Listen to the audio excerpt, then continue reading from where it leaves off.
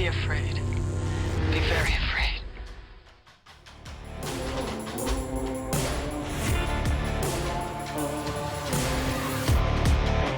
The PlayStation 5 is excellent. PS6 is definitely going to be in the $600 price range alone. It's got to be. Because Taiwan's going to get invaded by China and we're going to run out of chips. It's true. It's going to be only the elite. Yeah, only the elite are going to get the PS6. They're just going to give us Xboxes. I'll take it, though. I'll take it. What's going to happen to the California Highway Patrol?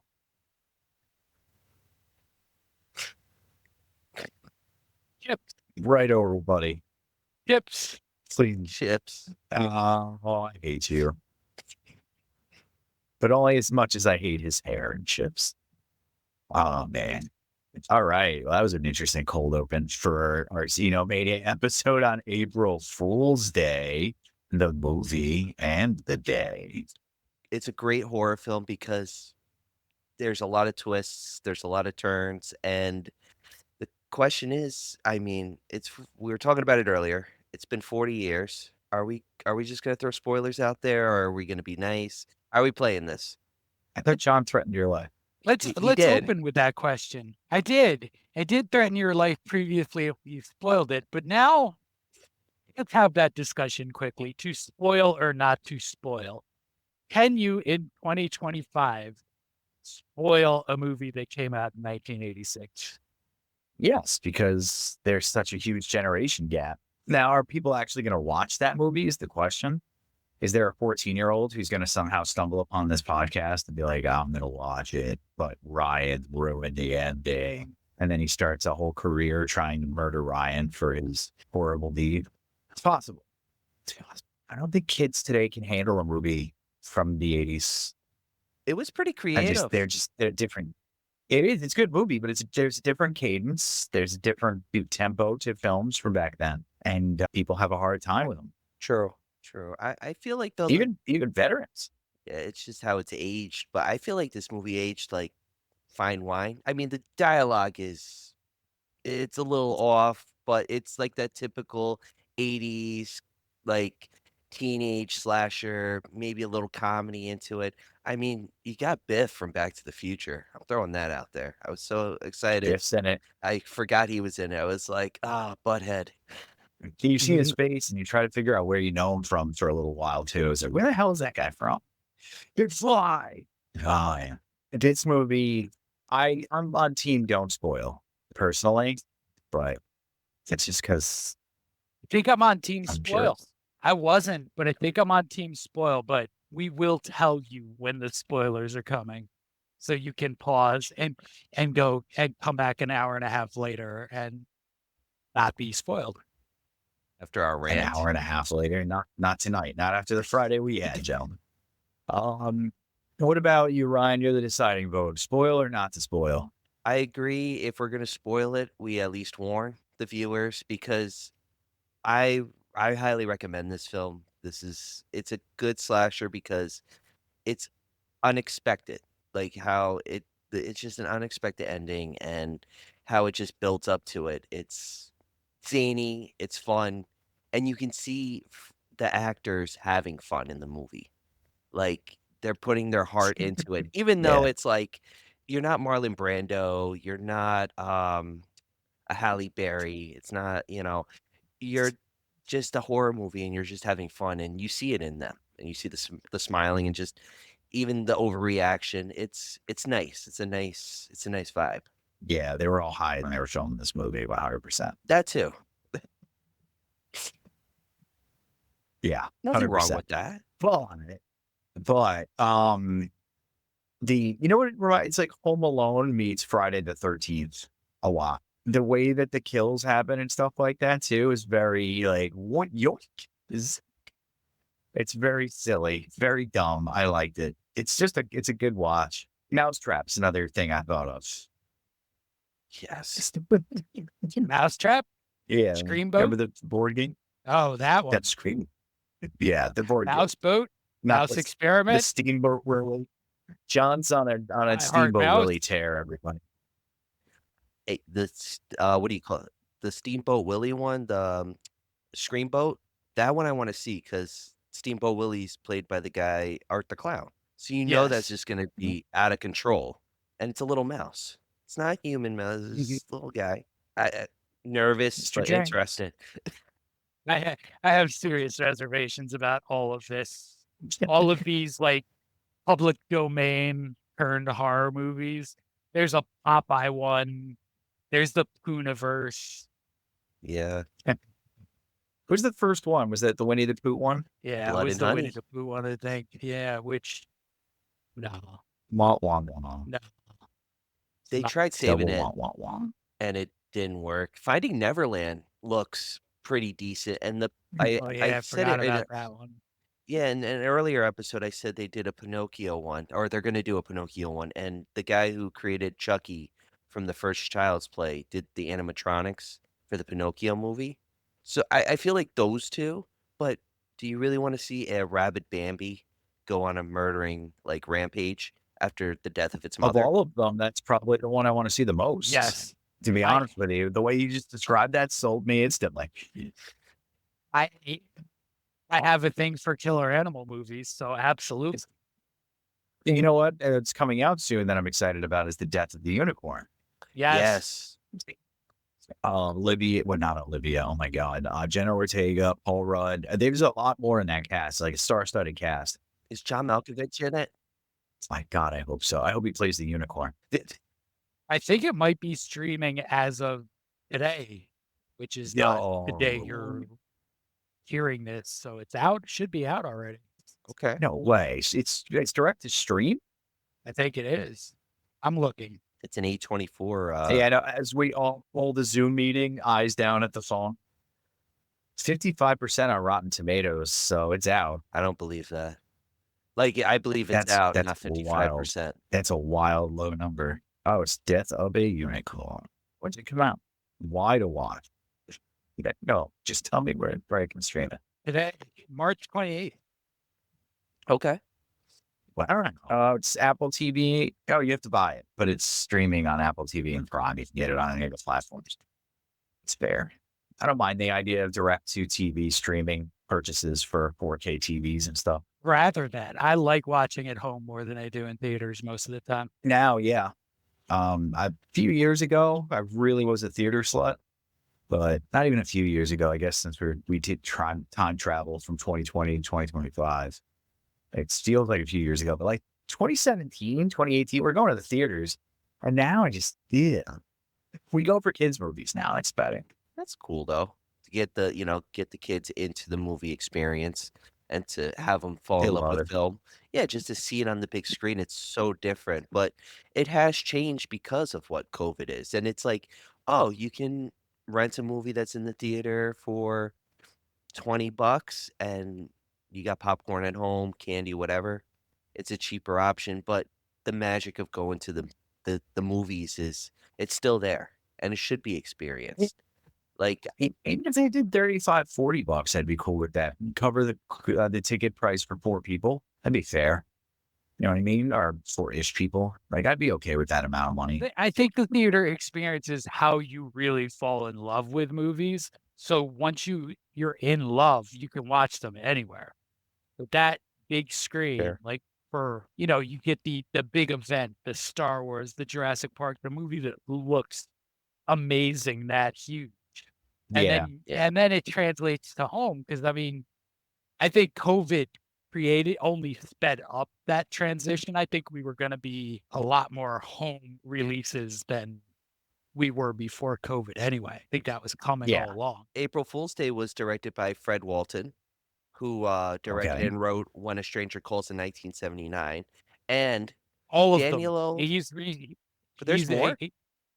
Yeah, like there's a remake, there's a there's a sequel. The sequel is like When a Stranger Calls Back. And then there was a remake, and like he's responsible for all of them.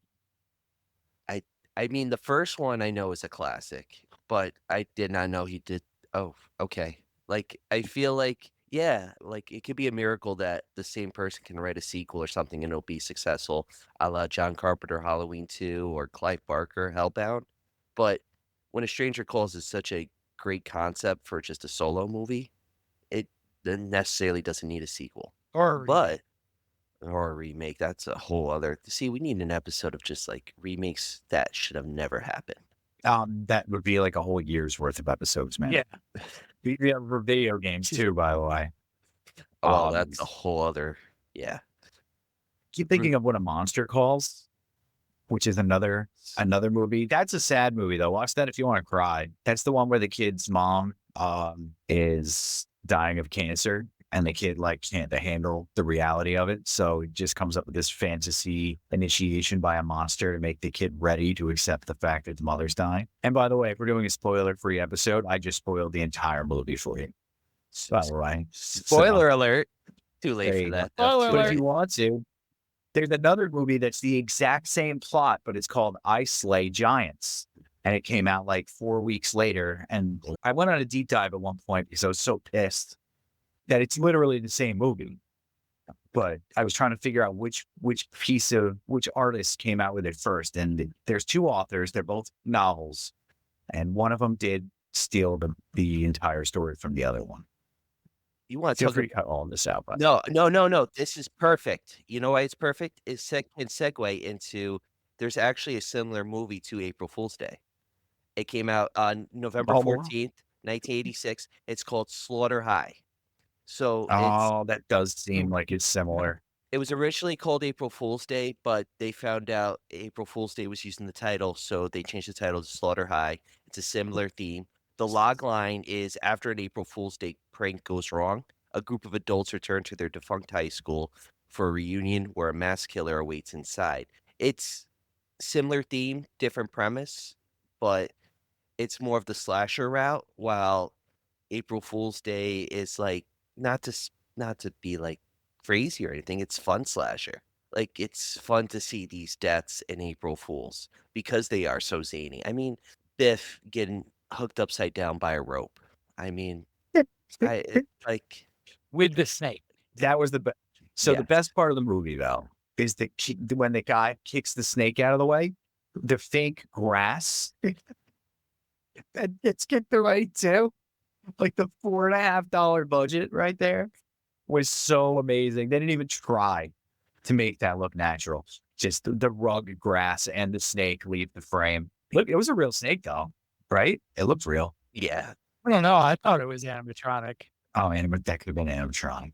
I don't know. You think they had enough budget on that? Microplastics are in my brain. I don't know if they had enough budget. Might have. I mean, an animatronic snake is probably not super expensive.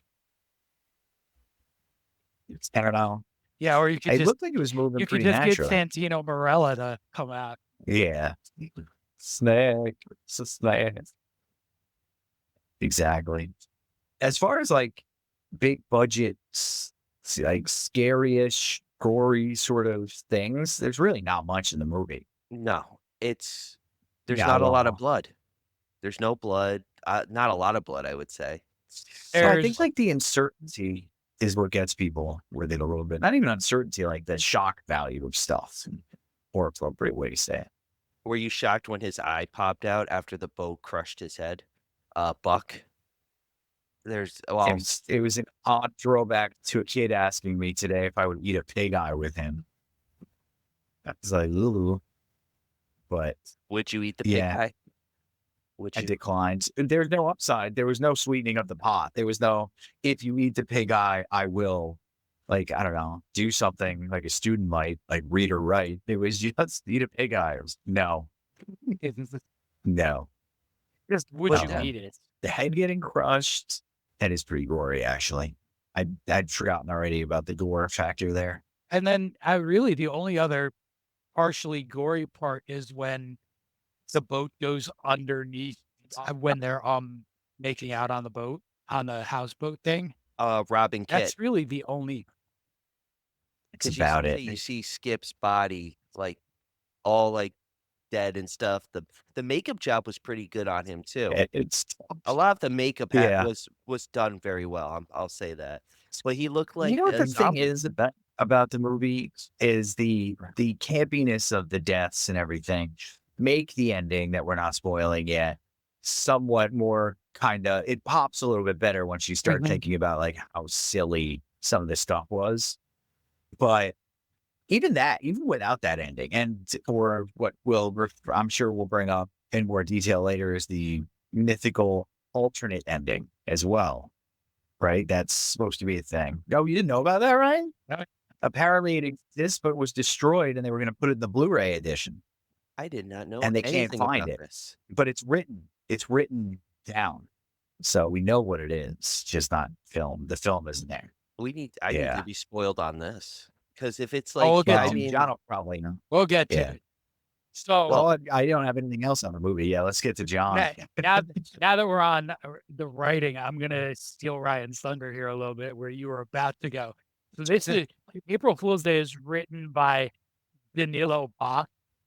The name probably doesn't mean anything to you, but when I tell you what this was his writing follow-up to, it's gonna blow your mind. it blew my mind when I found out. I'm preparing to be blown. The first movie he wrote was Beverly Hills Cop. Why did I know that? But why does he sound like the villain of Beverly Hills Cop? He does, right? Yeah, he's one of the alphabet murderers. Yeah. We'll go a little more Beverly Hills Cop trivia. Do you know who was originally supposed to star in Beverly Hills Cop? Sylvester Stallone. Who's the actor who plays Steve Urkel? No Stallone. way. Yep, it was going to be a Stallone No movie. way. Can you imagine Stallone, but still being written in as the black cop in Detroit? Because how do you make him a white cop if he's in like that area of Detroit? You can't. That's He's so gotta be not re- Stallone. He's got to be Robert Downey Jr. in Tropic Thunder.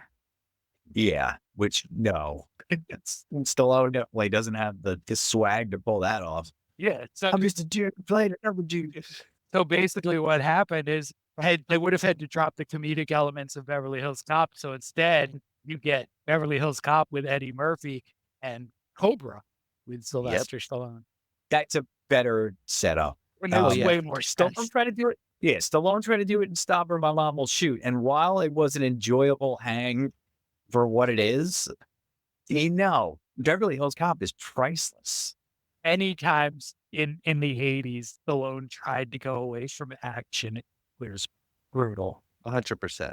Tango and Cash's peak Stallone. Well, you can't say that because Rambo and Rocky won. And I will say Rambo and First Blood and Rocky won. I love the rest of both franchises, but those other two are Oscar-worthy movies. Yes. Yeah. And people don't realize that. They watch Rocky 4 and they're like, they think it's the same. It's not the same as Rocky. It's the same thing with First Blood. First Blood is yeah. a totally different film. It's an action film, but there's more drama than there is in the second, third, and God forbid the fourth and the fifth one. Just twisted necks way left more. and right. Is he But human? they Is did. he human? Yeah. It's, the only franchise that didn't go that route, I think, is like the Alien franchise, maybe, or Terminator kind of did. They just ramped up action. They started in the 80s and then, or like ramped up in the 80s, some started in the 70s. And they just got to like more explosions, more death, more gore, couple boobs. I mean, really almost immediately with the Terminator franchise. Terminator 1 is, and Terminator 2 is a great movie, but Yes, it is. the action goes from, the bits that are in Terminator to every scene is an action scene. Yeah, exactly. And the Terminator 1 aspect of it is, I think, what you're getting at, just to blow wide open, is just dramatic. Yes. It's incredibly dramatic and it's deep. You have to think about it. The time they take in certain scenes where James Cameron highlights, I forget the name of the actor who plays John Connor's dad. Spoiler alert, everybody. Oh, Reese. Reese, yeah. So he whatchamacallit. And just in the scene with the car where he's describing the future and everything, that's one of the best scenes in the movie. And they're just driving. Yes. Yeah. There's great attention put into that sort of stuff. And Terminator 2 is like, no, we're just going to oil up Arnold's pecs and we're getting to it. Terminator 2, though, was more, I feel, what came out, 92, 94, between 94, 92? I'm getting the years. I was young. So But I feel like Terminator 2 compared to Terminator 1, like a lot of kids saw that. I saw that when I was 5. It was on broadcast TV, but I saw it from beginning to end. Even though it was cut up, you get introduced to that action, then when you see it, the R version, it's okay. You're kind of you're getting into it. You're getting into that R rating at an early age. But I feel like T2 is more for the younger audience because of the young John Connor, Edward Furlong. It was just like he thought, oh, he's cool. He's got an attitude. He's rebellious. He's hanging with Arnold. And then the first one, once you get older, I feel like teenager, late teens, early adult, you appreciate the first one more. Because I appreciate the first one a lot, but the second one's just It's Clams Casino compared to, I don't know, a Lobster Tail. That's Terminator 1 to Terminator 2, in my opinion. They're just different agree. things. To sit here and say one is objectively better is a wild choice, but like say one is a more artistic film is not saying one is better. I think the first Terminator is more artistic. And then you get like T3 where, and then we're moving in the direction of the Christian Bale one and all that. I think there's a Hawkeye one, right? Where yes. he's the Terminator. He doesn't know it. That was a cool idea. But anyway, we're going to spend more time talking about the Terminator franchise on this episode than we do April Fool's Day, which, by the way, is something in common with the subject matter we're on, because it is just throat cutting left and right in this movie. There's not as much dramatic lead-ins like there would be in a Friday the 13th. They don't make it scary like Halloween where you don't know where Michael is. It's just like, yoink, gotcha, dead. Yoink, gotcha, dead. Yeah. I like the build up in the beginning when they introduce all the characters at the dock, and you kind of see each personality. I thought that was pretty cool. Watching it, it took 30 minutes to do it, but it initiated all the characters. And usually, like I've been looking into this when writing a script, you shouldn't focus. They say don't focus a lot of 30 minutes in time for a horror film because there should be a little like action into it, right?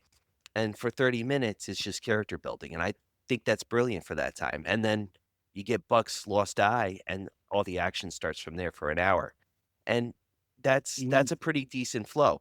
Nowadays, you have to see someone Yeah. get killed in the beginning, and then it's like a death every 15 minutes for, let's say, a 2-hour horror film, like Scream, for example. It's just character development. You get to know the characters, you know who you like, you know who's annoying, and then it goes into the killing. I like it. It's good. It's a fun watch. It's like putting $1 in the pinball machine, or not a pinball, a gumball machine, and 16 gumballs come out Yes. instead of whatever it is, one. I would have said a quarter, but it's 2025 inflation. It's a So, dollar. Yeah. But that's what it feels like. It just feels like you just got like, whoa, right? And the money keeps coming out of the slot machine or whatever. It's fun.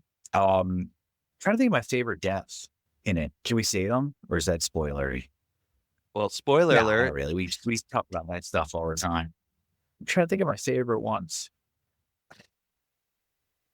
You guys have them? I can't. Well, The I boat can't- head crushing was a good reference. head earlier. that was. I- I have I one on think- my mind. I think for me, you nailed it already with the rope and the snake. That one's super. Yeah. That one's super good. I put us on like extreme pause mode with this. I shouldn't have put you guys down on the spot. Sorry. Well, no, I have one on my mind, but I can't say anything until we talk about the ending, because it happens right after the Alright. ending. All right. Yeah, that's one I was thinking of too. Okay, so we're gonna go into the spoiler mode now. So if you listen beyond this, we'll suggest you jump to 10 minutes before the end of the podcast. Then that way I can tell these guys to get their top fives done in under 25 minutes. And we won't have any more spoilers at that point. So all right, from here on there are spoilers. There you go, guys. Spoilers. Let it rip, Brian. Spoilers. Let it rip. So, all right, we find out it's an elaborate prank the whole time. It's been a setup. So Muffy. Oh, wait. Before we get into the spoilers, none of us talked about how this is basically Catcher in the Rye like movie. Everybody's rich. They all suck. They're all bougie. That's part of why you like them dying, because they suck. But they're also funny in how they're over the top rich and bougie. And that's why the name Muffy is what brought me back to it, because Muffy. that's the most. Yeah, Muffy. exactly. So we Muffy forgot to and bring that up. Chad. So if you're anti 1%, this is the film for you. All right, sorry, right? No, you're good. You're good. But Muffy throws this party, and it's an elaborate scheme, but it's her way to keep the houses. She's trying to make it an attraction. She's going to make it a murder house, and her test subjects were Rob and Kit, which we haven't even mentioned how, real quick, Rob is the same guy from Leprechaun. Yep. Oh, Yeah, shoot. that's in my notes. It's our favorite Kevin Bacon knockoff. Amazing. As he's knocking against the wall. Let me out. Go save yourself, Kit. But Kit also, she was in Friday the 13th Part 2. Yep. The actress. And Muffy is Deborah Foreman, who is in Real Genius and Valley Girls and like all these like quintessential 80s like sex Mhm. comedies. Yeah. Which there's no market for these days, guys. If you're under 29 years old, probably under 35. You probably, I don't know, because Brian's in that area. So I'd say I'll go back to 29. If you have no idea about what that era was like with movies, like Weird Science and things like that, Porky's. right? Porky's, those raunchy comedies. I just found out about another raunchy comedy, and if you guys have seen this, I'm interested. It's called Screwballs. Oh, interesting. John, you know what I'm talking about. The characters' names are very outrageous. Like one was Rich E. Harding. Like just like The name. and Poor friggin' name. it's basically Porky's in a nutshell, but it had my curiosity.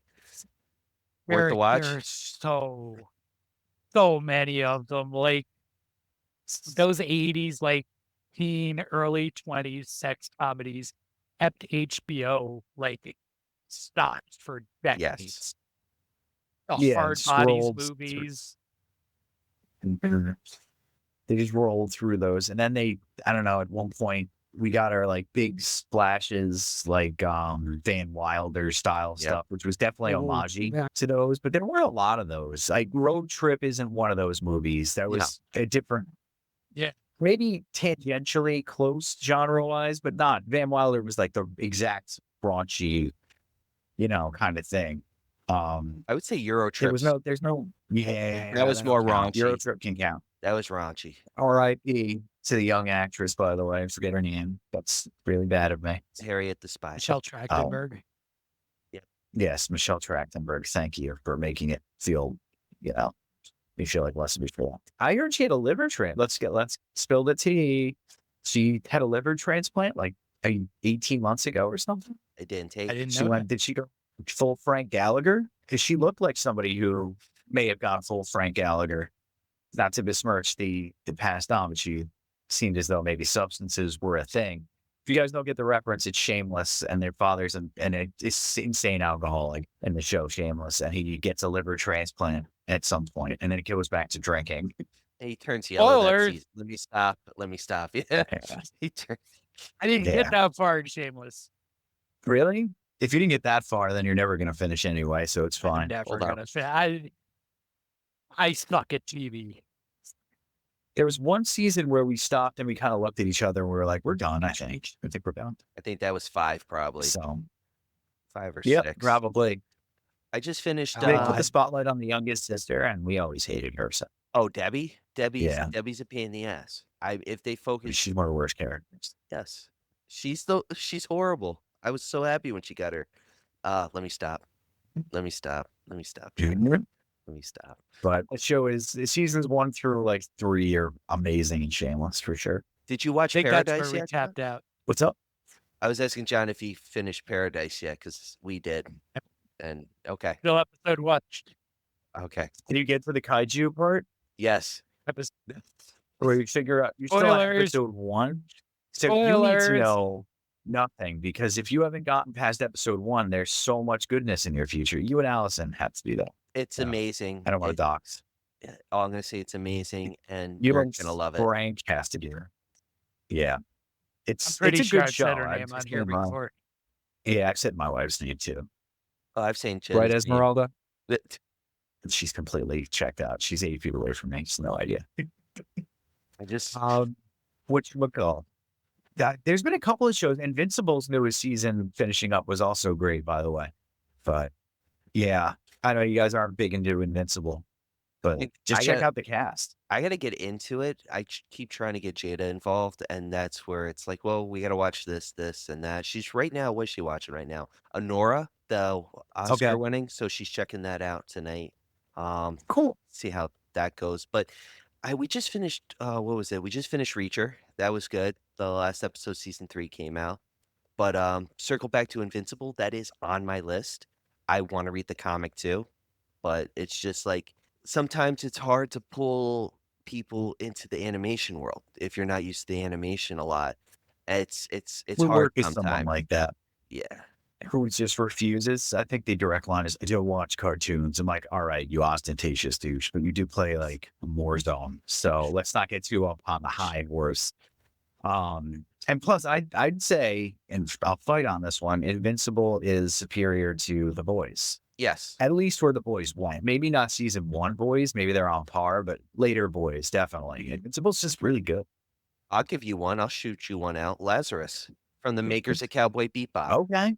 That's, I think Yeah, I that mean, dropped. and here's another one. There's another one where it's like, I'll fight for that too. You don't know Cowboy Bebop? You should be, I know we of should it. demand that you got to put it on when you go to sleep. That's the whole thing. That's how we all were introduced to it. With the jazz. It popped on as we were falling to sleep. Yeah. That's the age gap the other way.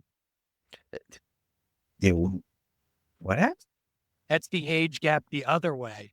Like Ryan, Oh, yeah. Ryan's on the younger end missing out on things, and I'm on the older end missing out on.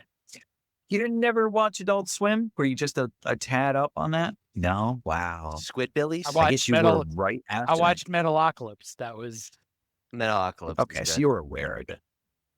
Metalocalypse was a solid show. But the Cowboy Bebop era was enormous. And we're not talking tsunami. This isn't 5 PM. We're talking 11:30 at night. The jazz music starts, and you get space bounty hunters, but it's noir. Mm-hmm. It's cool. It was just cool. It still is cool. I will be watching One that. of the best endings too. Oh God! yeah. I'd have been all in if you had said noir, but that's not what you said. I didn't say new Guar for the listeners. Guar. Guar is it's Awesome band. a house electronica band that John listens to. So if you haven't, check out Guar on Spotify. I highly recommend You'll enjoy their upbeat music. School's Out. Their rendition of School's Out is great. I'm just saying. Beavis and Butthead introduced me to that band. It's Guar. I just watched the thing with them doing live. They were doing one of the live music videos, and they were making fun of it. And the dude from Live, I think like the guitarist from Live, was commenting on it in Instagram. It was super cool. It's like, oh my God. So it should still be on YouTube. There was a video when Odorous Youngest was still alive of him reading Goodnight Moon. That's awesome. Yes. That's cool. That's cool. And then they did That like rules. they did that like Tiny Death concert series for like NPR or whoever did that. And they did a Billy Ocean cover. It's just like Okay. it's just an awesome band. And like the way to experience them first is visually more than through their music, because their live shows Yeah. were Have you? I'm presuming I can imagine. I'm presuming you've been to a live show for Gore, because I know you get missed sprayed it. with blood. I Or missed it. They were Not into that. They were in New York the December before Dave Rocky died. And we were like, we should go, and we just never pulled it together to go. And I don't want to see him with somebody else. It's fair. It's like but you're not into the whole exploding. Like I think they would explode. Like it wasn't blood, but it was like red food dye onto you, like in the front of the crowd, just right in your face. Still not into it. Oh, I'll give you this one. Because I'm thinking of the train ride home The hour and a half train ride with blood all over my face on Metro North. Nope. Conductor coming up. Where are you coming from, Gore? All right. War show. We should probably circle back, gentlemen, to the spoiler ending of April Fools, by the way. Well, okay, sorry. Yeah, So, all right. We were talking about April Fool's Day.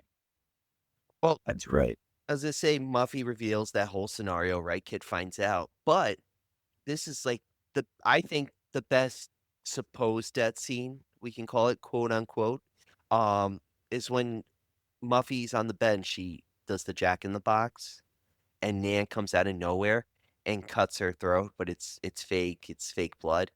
Watching that for the first time as a first time viewer, it's like, this is insane. So she was the killer the entire time. It's not fake. She's gonna kill her. Maybe she's pissed. And then second time viewing it, you kind of notice that it's fake blood, how it's going down. It's like, Just all a right. little thing in our hand. So the thing watching it, the first time you watch it, the end is like, holy wait, that wasn't real at all. When you watch it more times, you notice the things that are clues. Like, one of my rules of watching a horror movie, if you don't see somebody die, they're not dead. And you see none of the deaths. So this is why we couldn't identify our favorite gory deaths, by the way. You don't Because they're all off screen. Yeah, then you just see like the head rolling and stuff like that. Like there's his body parts. like the first time you watch it, you might notice that, but you're not gonna put together that, wait, this is all fake, because it's so out of left field. Like you don't expect that that's what's gonna happen, and then True. you have everybody's alive. As long On a fair thing, on deaths not being seen, the guy from, real quick, My Bloody Valentine, the one who gets like hung up, we didn't see really his death and he died. I'm just gonna throw that out there. His death was real. I mean, listen, Kinda. the rules aren't like set in stone, but it's generally safe to assume if you don't see the death on camera, unless it's like a PG-13 horror movie, if Okay. it's an R and you don't see the death, they might not be dead.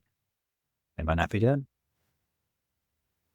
Fair on that. Sorry, I had to play devil's advocate because I was thinking about that. I was like, we didn't see that guy's death, and he was dead. I mean, there are definitely exceptions to it, but it's pretty safe when you don't see that death. Okay. Fair on that. Did you guys notice Agatha Christie's "And Then There Were None" influences on it? Look. That was No. pretty cool. No, No. no.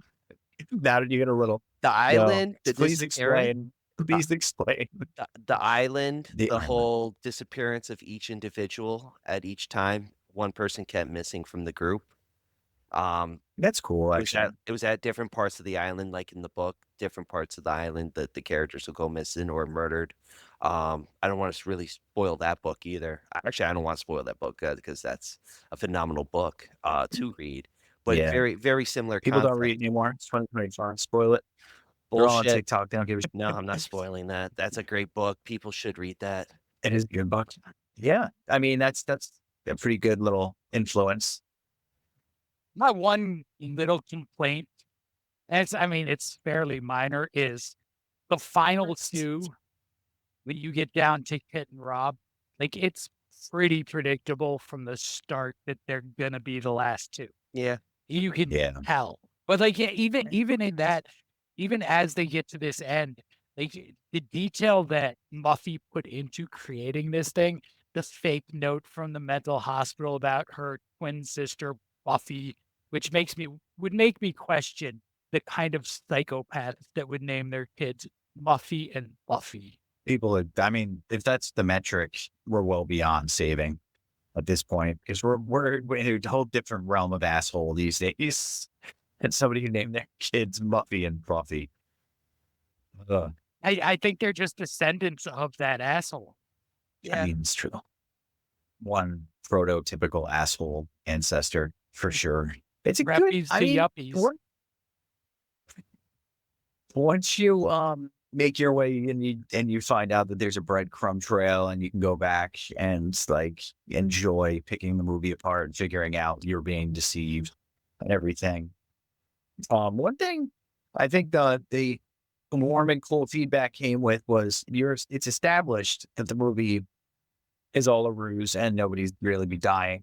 And then they kill her at the ends, and then they reestablish that it's still a joke. It wasn't really jump scary. I think people were pissed by that. They were just like, why? Why did you do it again? Kind of thing. Mhm. They just annoyed people. I didn't find it to be that egregious. I was like, oh, more of the same. Hooray.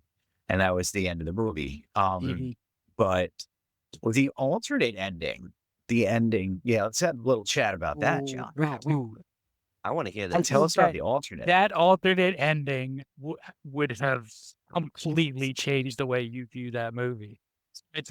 I forget who. There 4 of them go back. I believe it was Skip, Rock, and I think one of the other girls go back to the island, prank Buffy, and I believe it's Skip in the prank. Just gets pissed and actually kills her. Like it's not a prank. And that's the way they tie the twist in. Yeah, it's actually pretty smart. Okay. But you'd walk out of that movie feeling completely different. 100%. Which one's better? That's Out tough. of those two, and keep in mind what the movie is and what you watched and what the experience was like. You get to the end and you're like, oh, that's why, kind of thing. Because it's not a horror movie. It really isn't. No. It kind of is. If Sadly, you're it is. keeping the tone the same, then the ending they went with is the right one. Agreed. I agree. If you go back and you edit it to up the horror and gore and everything else, then you go with that alternate ending because then it works. They should do like the fool's cut.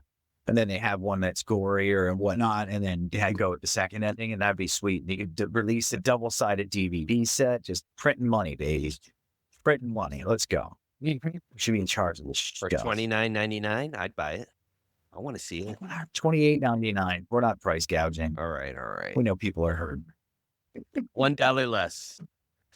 For April Fool's Or you go to your local Tower Records or Sam Goody to pick it up, kids. on laser And that'll test. be that. And everything in the world, and then we're healed. The world is healed.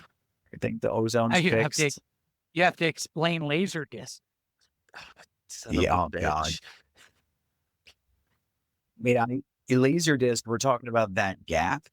Laserdisc was around, but I was like, I don't know. There was like T-balls era, maybe. Laserdisc had become obsolete until I was a preteen. So I never owned anything on Laserdisc. Betamax overlaps. The Venn diagram of Betamax and Laserdisc exists for sure. So you own 2 things on Laserdisc? 2 Laserdiscs. And I You got should them keep those. completely by accident because I meant to order the DVDs and I accidentally ordered Laserdiscs. Die Hard Okay. 1 and Die Hard. Oh, That's dude, fine. you have to hold on to those. Yeah. Yeah, that's collector's edition material right there. How many of those do you think are in circulation? Not that many. Not It a lot, can't be. probably. Listen, I'm not hoping it happens soon, but when Bruce Willis goes, you're not going to finish my statement. We have Tim We're all Curry. going to college. We have Bruce Willis. Son of a bitch. Son of a bitch. I didn't. No, I Bruce. actually thought Tim Curry He was. didn't kill Bruce. He didn't. I He didn't only kill killed Bruce. Tim Curry. I did. He's hanging on though. Tim Curry's dodging the Reaper left and right. He's a My low, final destination. Yeah. low-hanging fruit right there. Like, just Somebody referred to him as the butler from Clue the other day. I was Wadsworth. instantly angry. Wadsworth. Not Wadsworth and not Tim Curry, the butler from Clue. And I was like, dude, Bullshit. it's like calling him the bellhop from Home Alone 2. You swine. It's Tim Curry. Put some respect on his name. At least that was morning when I killed him. God. There's no respect anymore. Rodney was right. There's no respect. But I wonder why Tim Curry hasn't been out in front of the camera. Is it a full Gene Hackman situation where it's just he's so damn old and we didn't notice? Wait, you Or- don't know why Tim Curry's not in front of a camera? Please Edifying. You got that Tim one, Curry Josh. had a massive stroke. Oh God! Yeah. So not only did I kill him, but I didn't know he had a stroke. He's Sorry, like, Tim. he's, He's- I think, largely paralyzed. Yes. Same thing with Sinbad. Great. Sinbad went the same thing. That's why you don't see Wait, him. Shut Sinbad your did too? face. Yeah, he had a. That's why didn't you know don't see him Sin- any. That was very insensitive, John, what you just did. I saw what you did. Because What I did. if Ryan got to see your video, that's why you know, yeah, that's what you did. Yep. Yep. Cancel. Wait, that wasn't meant to be a stroke. Wait, hold on. That's I misunderstood. don't think any of That- them are. that was- I don't think that any was- of them are meant to be strokes. That was surprised Sinbad look. That was Oh, I was surprised about Sinbad because I didn't know that. I can tell you that he made that surprise look at least once.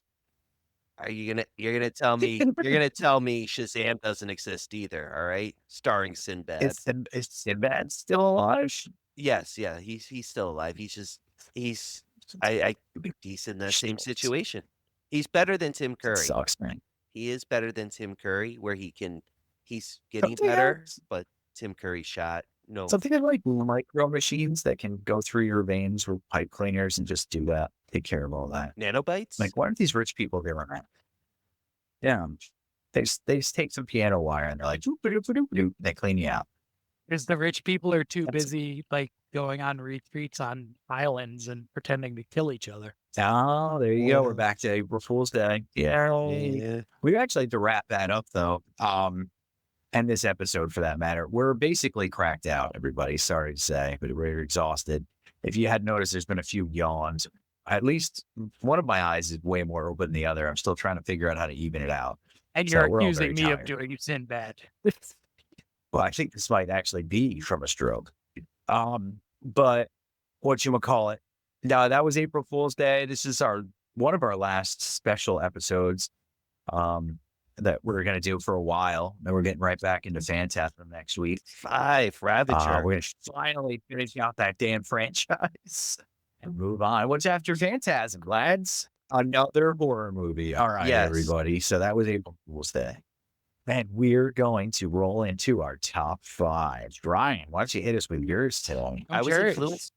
I was influenced by John because I always do like 3 quels or 4 quels or sequels or whatever. And I thought about this and I said, what are my top 5 twist ending movies? And Oh, I was gonna go with some that were familiar, and I said, you know what? Screw this. I'm gonna go with ones that I was shocked watching it for the first time, where I was like, holy, we're gonna start it off with 2004, James Wan, Saw. Saw, the first one is on your edge thriller. There's like, it doesn't cross a line yet, like the second one. You're on the edge. And the twist ending, it's the only good one. oh yeah, Can I be real? It's the only good one. yes. Yeah. When the Dread Pirate Roberts being abducted by Jigsaw was the greatest twist in any horror movie. I agree with you. If you get that reference, you can be my friend. Well, the twist is when John Kramer, Tobin Bell, gets up, because you're watching it, you just see his body on the floor the entire time, and then he just gets up and walks out, and he's just like, game over, and shuts the light. And as a viewer watching Is that, that after Carrie Danvers cuts his leg off? yes, he cuts his Yeah, he so cuts that's his foot, cuts his foot off, Spoilers. escapes, Yeah. and leaves the other guy chained. That's my number And then 5. he witnesses it. That's right. Yeah. That's right. He witnesses it. And he's like, what? And he's like, game over. Click. Which leads to number 4. Talk about game over. 1987. Mickey Rourke. Robert De Niro. Lisa Bonet. Angel Heart. Now, you watch that film, even reading the book, and you go through this whole thing. Yes, this is all spoiler ridden, ladies and gentlemen.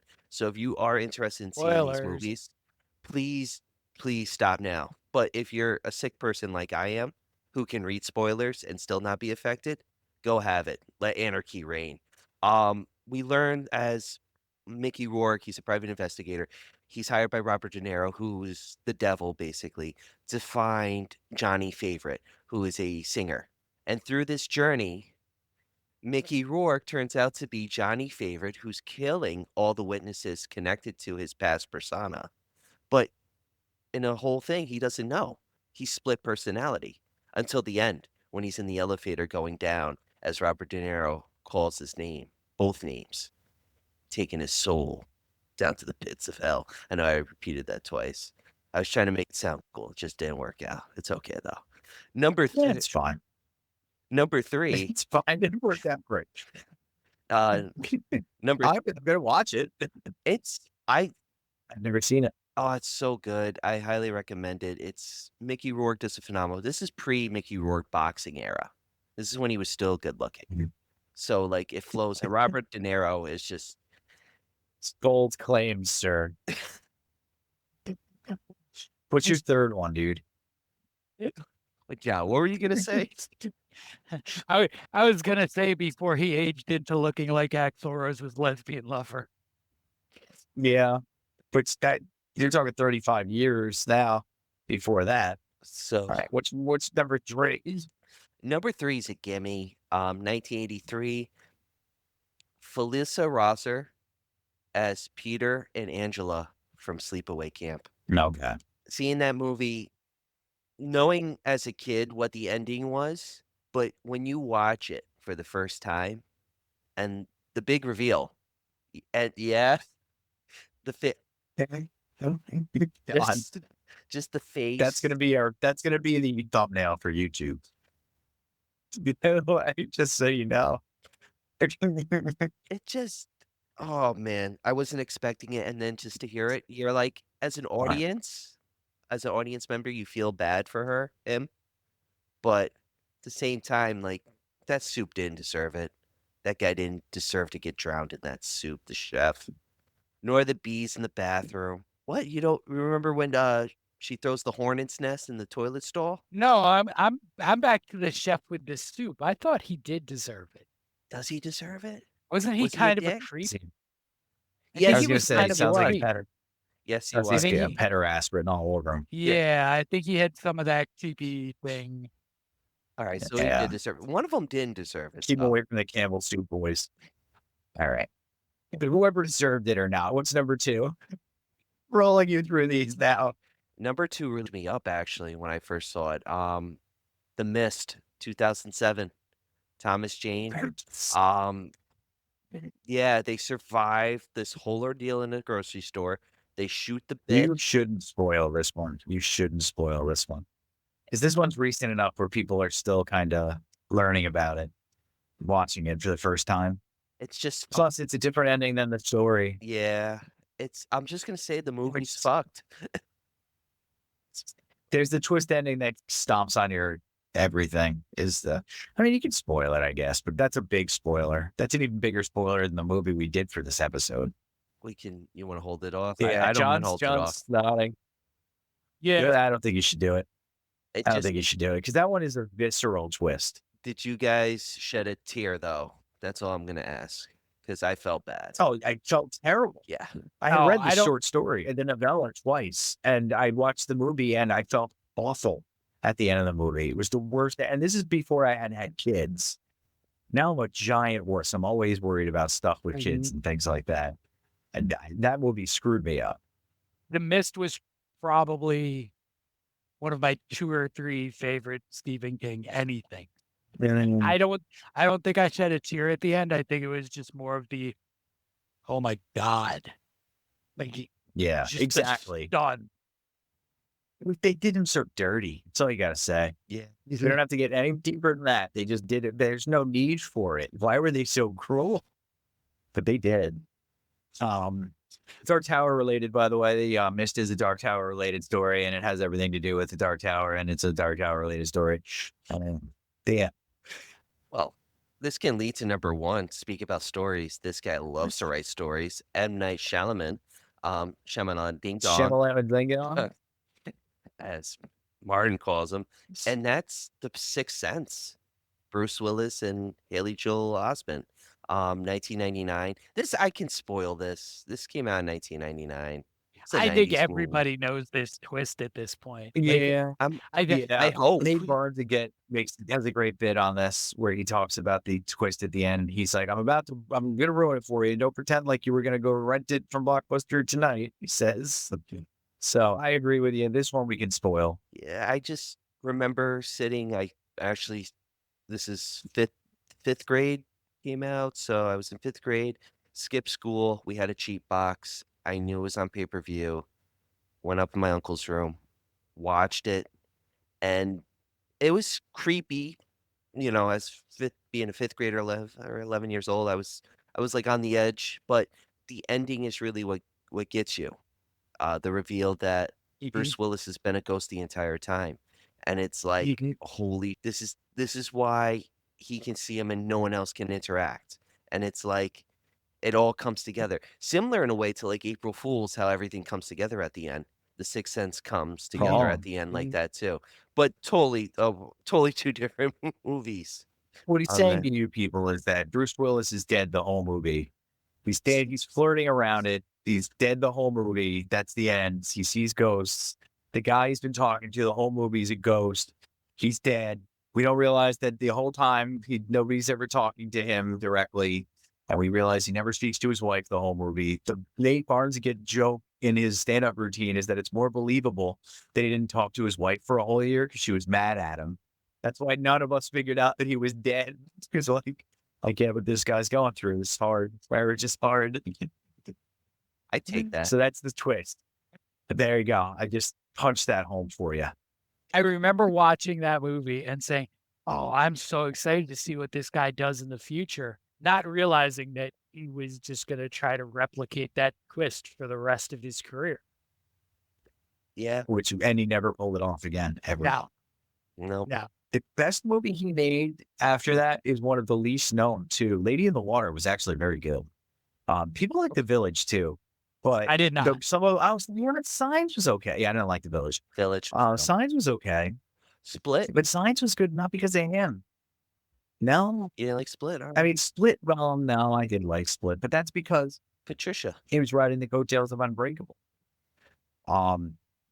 Without was it Anna Taylor-Joy? Is that her name? Mm-hmm. Ann Taylor-Joy. And Split, without her, I don't know if Split would have held up either. But I digress. I did enjoy what they did with it. His own little super villain universe. But we are running out of time, so we're gonna segue over to John. What's your All right. top 5, big guy? My top 5. Crank's gone wrong. Okay. Number 5. Terror Train, the 1981. There's a Yes. remake. Don't do the remake. Go to 1980. Get Jamie Lee Curtis. So, a group of teens lure Kenny to a hotel room with a promise that he's going to get to hook up with Jamie Lee Curtis. Instead, he climbs into bed with a corpse. That sends him on a mental spiral that leads him to being institutionalized. Years later, he returns to get his revenge on a train ride on New Year's Eve. Just reminded me of Clerks and the scene where she hooks up with the dead guy in the bathroom. Spoiler alert. And she goes catatonic. He was hard for how long? I love Clerks. Number 4, Final Girls. Yep. Never saw that either. Final Girls is pretty Excellent. fun. So, a lot of it is a movie within a movie. The movie within the movie is called Camp Bloodbath. And in that, the counselors prank a young Billy by throwing firecrackers under the bathroom door, which, has catastrophic consequences. As one goes. Billy comes back, escapes the movie, and leaves a trail of bodies behind him and a final girl. It's fun. Let's see what they did there. My number 3 is Trick or Treat from 2007. It's the group of kids reenacting a bus crash. They killed 8 kids as a prank on another kid, only for the dead kids to come back to life. That's cool. It's one of the I like best. a little Children of the Corn vibe. Yeah, probably is the best segment. That movie, it was good. Good enough. Yeah. It's good enough. I love those. Yeah.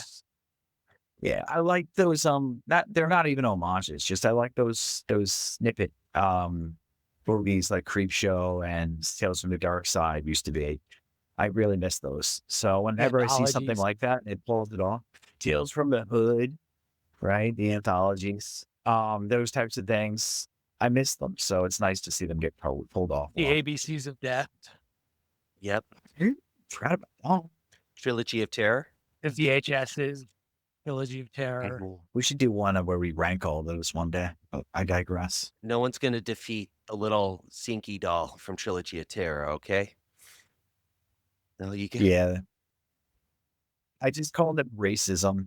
It's called it racism. So what it was, that one and the one, which is the one where the Indian comes to life and kills the guys. Creep Show 2. The Yeah, cigar Creep store Show Indian. too. That one felt, even as a kid, I was like, this feels like it's very anti-India. Native American. But back then it was Indian. Cigar store Native Americans. Yeah, exactly. He was like outside of this old stinky shop, and there was some dude's statue, and he goes on a golem-esque revenge streak for him. Isn't It's it so weird. Isn't it weird that same statue would appear in Seinfeld 2 years later and Kramer would have a hold of it? Yes. Yes, absolutely is weird. And then isn't it also weird that Kramer turned out to be like a neo-Nazi and he started screaming about yeah. the Jews up on the stage? Or no, Blake, no, he said way worse word actually. No, he did. He went way away. Yeah. Yeah, because I could say Jew on YouTube. I can't say the word he said on YouTube, nor do I want to. No. And moving away and on to movie number 3. Number 2. Number 2. Number 2. Jamie Lee Curtis is back. It's prom night. Yeah, that's a key one, man. And so a group of kids decide to play a prank on a young girl, and she falls to her death. Years later, on prom night, someone is there to avenge her death. I loved. So Jamie Lee Curtis, you think you like Halloween, and she like evolves into other stuff immediately. No, she's still sticking around these B horror movies. But not only that, she drags Leslie Nielsen into this one too. Well, I mean, Leslie Nielsen's always down for a good time. He's like, prom night. Let's see here. What do we got there? What's the skinny on this script? Is there a fart joke here? Yes. Yeah. Just we're going to lighten up this script a little bit here and here. Leslie Nielsen's national treasure. For sure. It's a good thing he didn't die. Sorry, Kearns. I'm afraid I have he some died. bad news. Well, at least we still have OJ. Nah, he's dead too. Oh, man. Well, his wife's with us. That's good. You have, and no, I don't Not own a so television. much. I don't understand. you actually, this is going on. 3 of the 4 main people from the Naked Gun movies gone. Yeah. You have Priscilla Very- Presley. Yeah. Wait. God. What a buzzkill. What's your number 1? Number 1, The Burning. Oh, I thought it was going to be Carrie. Which I guess it's too similar to prom night. Yeah. And it's not really a prank so much as they were mercilessly bullying her until she used her telekinesis to kill them all. Yeah. So, what's the word you said? The Burning. The Burning. There it is. Hold on. I mean, team's pulling a prank on a camp caretaker by throwing a burning skull filled with bugs into his cabin. That Yep. causes his death by burning. Only And for, bugs, presumably. only for Cropsy to return. Oh, they named him Cropsy? Yep. It's based Is on Because there's a real dude. Okay, you talk. You tell people the thing I know.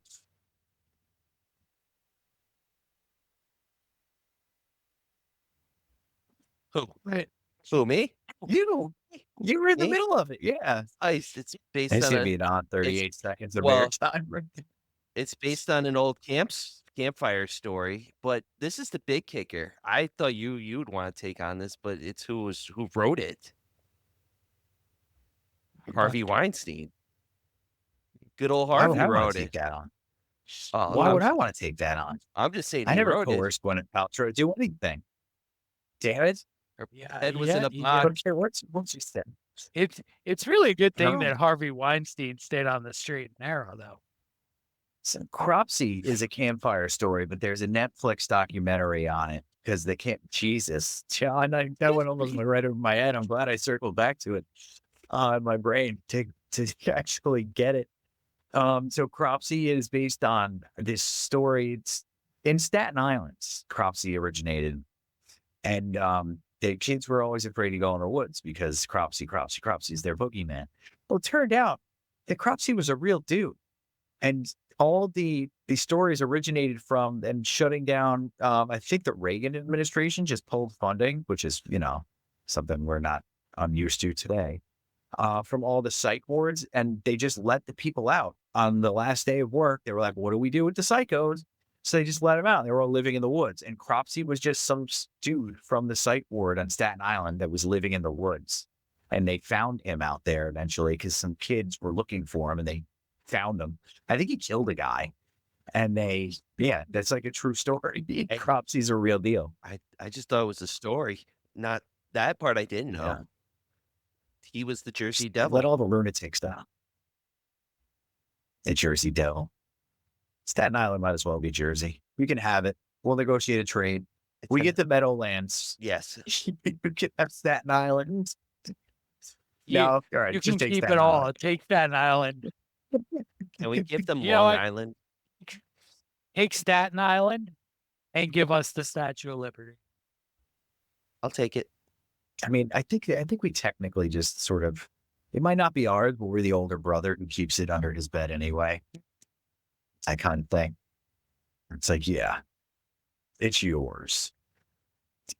Jersey. Anyway, if you guys haven't figured it out, we're from New York and we're jerks. But all right, so that's The Burning, Death by Burning and Bugs. That's pretty cool. Now, Cropsy was real. 9/11 was an inside job, and April Fool's Day is a good movie. So hold on. I got to throw a curveball out there. What came first, The Burning or Friday the 13th? That's the curveball. Friday the 13th. Similar Right. stories. he I'll knows though. the believe. dates. Right. All right, guys. So that was April Fool's Day, kind of, and Terminator, and a Everything whole under lot of the other, sun. and Sylvester Stallone, and El Rambo Rocky, and Rocky and Tim Curry. That happens the Sinbad. way anytime we Tim do Curry a is standalone. alive. Bruce Willis is alive. OJ is not. Leslie Nielsen's dead. But every time we do a standalone, we meander, and I think there's a little bit of amazing in that. Maybe just a little though. But we also tend to do it on days where we're exhausted, which we are right now. So I hope you guys had a good time, and we're out of here. Have a good night. Have a good one, guys.